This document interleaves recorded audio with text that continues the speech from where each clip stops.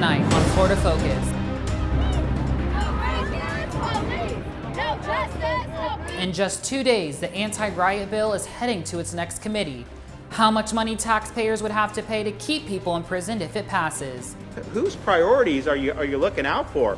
We're looking out for our parents and grandparents here in Florida. And there's no way you're going to get some prisoner a vaccine over a senior citizen. Plus, after months of fighting, some prisoners are finally getting vaccinated. We needed to start teaching our young people about what it means to be a citizen in the 21st century United States, where so much of their life and so much of their discourse occurs on the web.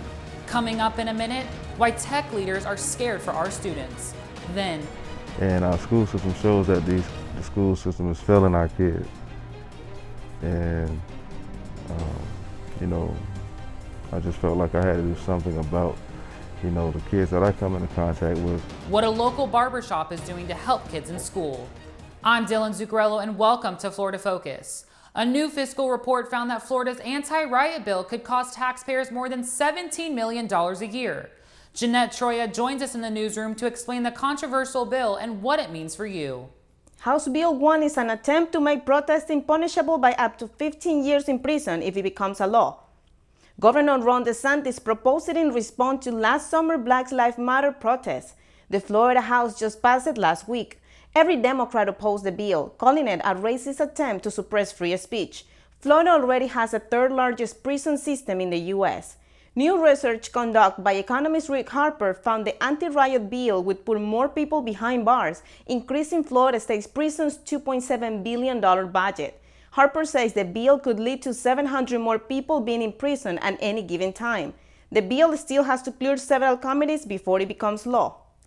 Thanks, Jeanette. The cost to keep Floridians behind bars skyrocketed because of COVID-19. About 30,000 vaccines were just sent to correction facilities. This comes months after the state ignored pleas to vaccinate inmates. The state reported nearly 18,000 prisoners tested positive, and 214 inmates died from COVID-19. Some worry the numbers are actually much higher. Many say the state could have avoided spending taxpayer dollars on health care if they'd vaccinated inmates sooner. Since the beginning of the pandemic, families complained the state wasn't doing enough to keep inmates safe. They argued nonviolent offenders should be released to keep them safe and avoid spending tax dollars on PPE. This year, students have spent more time learning online than they have before, and that makes cybersecurity leaders worried about the spread of misinformation.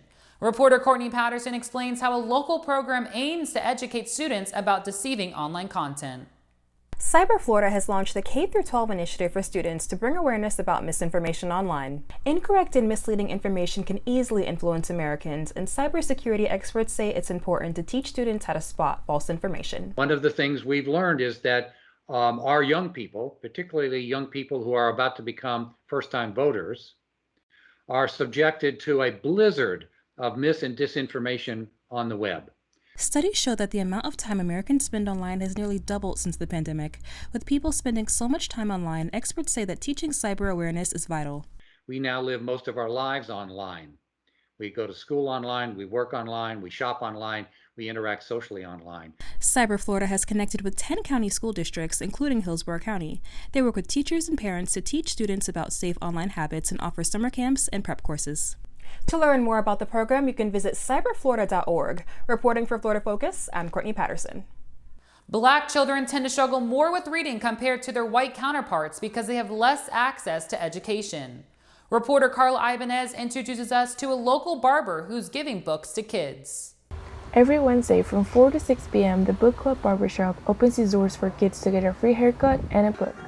The catch? They have to read it out loud. I asked for her phone and shadowed her a picture of Michael B. Jordan.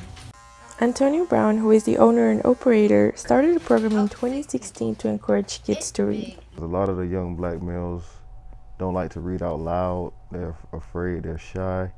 So just seeing improvements in those areas has been very rewarding for me. Brown wants to be a good example for the kids by teaching them to love reading just as he does. Meanwhile, kids are not as interested in reading as they are in playing video games. This program offers books that are not found on a regular bookshelf. Here, kids get Black culture books and are written by Black authors. Topics vary from children's books to financial literacy. I learned about Barack Obama he wasn't black, he was mixed. His mom was white and his dad was black. Studies show that proper Black representation matters in school. In 2015, only 10% of published children's books were about Black people. I'm sure that, right now they may not understand the impact that it's having on their lives, but what it will do for them in the future is going to be tremendous. So, Brown's goal is to expand to thousands of barbershops across the country and continue to help kids along the way. Reporting for Florida Focus, I'm Carla Ibanez. Because of the pandemic, people are having a hard time getting enough exercise. On tomorrow's Friday Feature Show, Demi Asensio takes us to some free outdoor exercise classes to boost your well-being. Thanks for watching Florida Focus. Have a great evening.